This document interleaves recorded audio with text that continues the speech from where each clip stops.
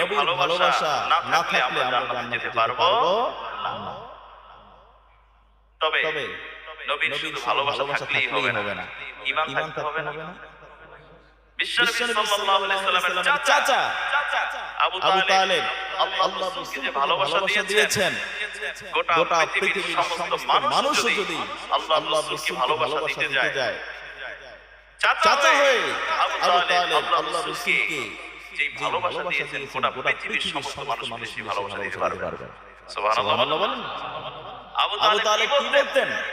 আবু তালেব বলতেন যে আমার ভাতিজা মুহাম্মদ সাল্লাল্লাহু আলাইহি ওয়াসাল্লামের দিকে কেউ যদি কোনো ঢিল ছুটতে চায় কিংবা তার দিকে যদি চোখ তুলে তাকাতে চায়, তাহলে আমার মন বলে ইন্তেকালের পূর্বের কথা। আমি বলি তোমাদেরকে ঘোষণা দেই, ওহ পাহাড়টাকে উপরে উঠিয়ে উল্কার উপরে ফেলে দাও। সুবহানাল্লাহ। কত বড় পীর ছিলেন চিন্তা করেছেন? সেই আবু তালেব যখন ইন্তেকাল করবেন, সেই সময় আল্লাহ রাসূল সাল্লাল্লাহু আলাইহি ওয়াসাল্লাম আবু তালেবকে বলছেন, চাচা সারাটা জীবন আপনি আমাকে আগলে রেখেছেন, সারা জীবন আপনি আমাকে বাবার স্নেহ, মায়া, মমতা, ভালোবাসা সব কিছু আপনি দিয়েছেন। আল্লাহ রাসূলের শরীর মুবারকের মধ্যে এমন কোন জায়গা ছিল না যেই জায়গার মধ্যে আবু তালেব তাকে চিনতে আদর করেন। সুবহানাল্লাহ। নিজের সন্তানকে নিয়ে কখনো তিনি এক বিছানায় ঘুমান নাই, কিন্তু মুহাম্মদ সাল্লাল্লাহু আলাইহি ওয়াসাল্লাম ছাড়া কখনো ঘুমান নাই। সুবহানাল্লাহ। যেখানে যেতেন আল্লাহ রাসূলকে সাথে করে নিয়ে যেতেন, যে কোনো পরামর্শ করতেন আল্লাহ রাসূলকে ছাড়া তিনি কোনো পরামর্শ করতেন না। এত বেশি ভালোবাসা। নিজের সন্তানকে দেখুন, নিজে ইসলাম গ্রহণ করেন নাই, কিন্তু নিজের দুই সন্তান আলী রাদিয়াল্লাহু আনহু এবং জাফর বিন আবী তালিব রাদিয়াল্লাহু আনহু তাদেরকে বলছেন, তোমরা যাও মুহাম্মদ সাল্লাল্লাহু আলাইহি ওয়াসাল্লামের কাছে ইসলাম গ্রহণ করো। সুবহানাল্লাহ বলেন। তাদেরকে পাঠিয়ে দিয়েছেন যে তোমরা যাও ইসলাম গ্রহণ করো। তো সেই আবু তালেব নিজে ইসলাম গ্রহণ করেন নাই। আল্লাহ রাসূল সাল্লাল্লাহু আলাইহি ওয়াসাল্লাম সেই কথাই বলছিলেন যে চাচা সারা জীবন আপনি আমাকে ভালোবেসেছেন, আদর দিয়েছেন, স্নেহ, মায়া, মমতা, ভালোবাসা সব আপনি আমার করেছেন। চাচাজি, ঈমানের কারণে আপনি জাহান্নামী হবেন, এটা আমি আপনার ভাতিজা হয়ে সহ্য করতে পারবো না। যদি আপনি কালেমা পড়তেন, কালেমা পড়বেন ইচ্ছা পোষণ করেছেন, কিন্তু পাশে দেখে বড় বড় কাফের আবু জাহেল, উতবা সাহেব সবাই বলছে যে আপনি সারা জীবন বিরোধের সাথে চলেছেন, কোনদিন কারো কাছে আপনি মাথা করেন নাই। আজকে মুহাম্মদ সাল্লাল্লাহু আলাইহি ওয়াসাল্লামের কাছে কালেমা পড়বেন, তার কাছে আপনি নথি স্বীকার করবেন। নাউযুবিল্লাহ। কিভাবে তাকে ওয়াসওয়াসা দিয়েছে? যেহেতু বিরোধের মানুষ ছিলেন তো তিনি কালেমা পড়েন নাই, ইন্তেকাল হয়ে গেল।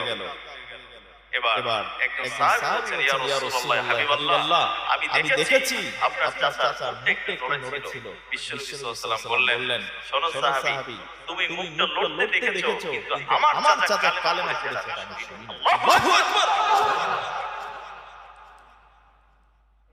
এজন্য আবু তালেবের শাস্তি হবে সবথেকে নিচু শাস্তি। সেই শাস্তিটা কি? সেই শাস্তিটা হলো এরকম, তাকে আল্লাহ তাআলা জাহান্নামের একজন সুজুদা পড়াবেন। কারণ এই পায়ের তলিতে আল্লাহ রাসূলের গা মুবারক লাগে নাই তো, শরীর মুবারক লাগে নাই।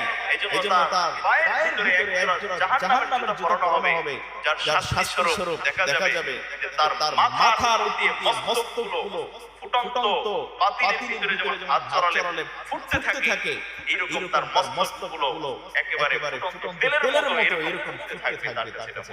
আল্লাহু আকবার। এটা হচ্ছে সবথেকে ছোট শাস্তি জাহান্নামের। এর চেয়ে ছোট শাস্তি জাহান্নামের একটাও নেই। বিশ্বনবী সাল্লাল্লাহু আলাইহি ওয়াসাল্লাম যখন মেরাজে ছিলেন, বিশ্বনবী সাল্লাল্লাহু আলাইহি ওয়াসাল্লাম জান্নাত দেখানো হলো, জাহান্নাম দেখানো হলো। জাহান্নাম যখন দেখতে গেলেন, যখন তিনি ঘুরতে গেলেন জাহান্নামের ভিতরে, বিশ্বনবী সাল্লাল্লাহু আলাইহি ওয়াসাল্লাম এবার তিনি সামনে হাঁটছেন, পেছন দিক থেকে কে যেন ডাকছে, ইয়া মুহাম্মদ।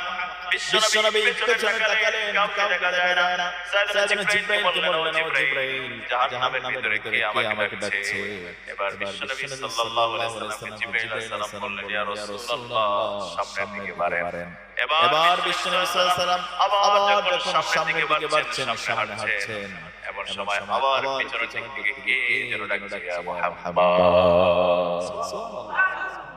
বিশ্বনবী সাল্লাল্লাহু আলাইহি ওয়াসাল্লাম লক্ষ্য করে দেখলেন পেছনে একটা কালো পাথরের ভিতর থেকে আওয়াজ আসছে, ইয়া মুহাম্মদ বলে বিশ্বনবী সাল্লাল্লাহু আলাইহি ওয়াসাল্লাম এবার পাথরকে উদ্দেশ্য করে বলছেন, ও পাথর, এই যে তুমি কেন আমাকে বারবার ডাকছো, কেন আমাকে বারবার ডাকছো, কি প্রয়োজন আমার? এবার পাথরের ভিতর থেকে কান্নার অবস্থায় আওয়াজ আসছে, আর বলছে, ও মুহাম্মদ সাল্লাল্লাহু আলাইহি ওয়াসাল্লাম, তুমি কি আমাকে চিনতে পারো নাই? আমি হলাম তোমার সেই চাচা আবু তালেব। আল্লাহ রাব্বুল আলামিন আমাকে শাস্তি স্বরূপ জাহান্নামের একজোড়া জুতা পরিয়ে দিয়েছেন। এই জাহান্নামের জুতা পরার কারণে আমি পুরে কালো পাথরে পরিণত হয়ে গেছি। আল্লাহ। তাহলে ঈমান যদি না থাকে, আর যদি বলে আমি মসজিদ বানাবো, আমি দুনিয়ার অনেক কাজ করব, তাতে কোনো ফায়দা আছে? কোনো লাভ আছে? তাহলে সবার আগে কি দরকার? ঈমান। সম্মানিত সুধী, আল্লাহ তাআলা আজকে আমরা যতটুকু আলোচনা শুনলাম, আমাদেরকে আল্লাহ রাব্বুল আলামিন এই রজব মাসের সম্মান বরকত, শাবান মাসের সম্মান বরকত আমাদেরকে দান করেন এবং আল্লাহ তাআলা আমাদেরকে ঈমানের বলিয়ান হওয়ার তৌফিক দান করেন। আগামী বাংলাদেশকে আল্লাহ তাআলা ইসলামের জন্য কবুল করেন। আরেকটা কথা বলে নেই, আমাদের দেশে 5ই আগস্টের পরে অনেকের কেমন জানি ভাষা পরিবর্তন হয়ে গেছে। কি ভাষা পরিবর্তন হয়ে গেছে? একজন বলছে যে এই দেশের মানুষ এই কোরআন দিয়ে রাষ্ট্র চলবে, এটা এই দেশের মানুষ বিশ্বাস করে। নাউজুবিল্লাহ বলবেন না? সত্যিকার অর্থে আমি এই কথা বলি, আমি অনেক মুক্তিযোদ্ধাদের কাছে শুনেছি, তারা বলেছেন সত্যিকার অর্থে যখন এই দেশে স্বাধীনতার যুদ্ধ শুরু হয়েছিল 71 সনে, তখন এই দেশের জনগণের যে স্লোগানটা ছিল সেটা জয় বাংলা, জয় বঙ্গবন্ধু, হাবিজাবি এরকম কিছু ছিল না। এই দেশের মানুষের একটাই স্লোগান ছিল, সেটা ছিল নারায়ে তাকবীর, আল্লাহু আকবার। কথা বলেন, ঠিক বললাম না মিথ্যা বললাম? এবং আমরা 2024 এসে 5ই আগস্টে যে আন্দোলন দেখেছি, সেখানেও আমরা দেখেছি সারা দেশের মানুষ একযোগে যখন আন্দোলন করেছে, নারায়ে তাকবীর, আল্লাহু আকবার স্লোগান দিয়ে আন্দোলন করেছে। কারণ এই তাকবীরের মধ্যেই আছে মুসলমানদের সবথেকে বড় শক্তি। কথা বলেন ঠিক কিনা? কিছুদিন আগে সম্মানিত সুধী, এজন্য কেউ বলবে যে কোরআনের আইনে বাংলাদেশ বিশ্বাস করে না, তাহলে বোঝা গেল তুমি প্রকৃত মুসলমান হতে পারো নাই। তুমি এই দেশের নেতা দাবি করছো, সঠিক নেতা নয়, তুমি ভণ্ড নেতা।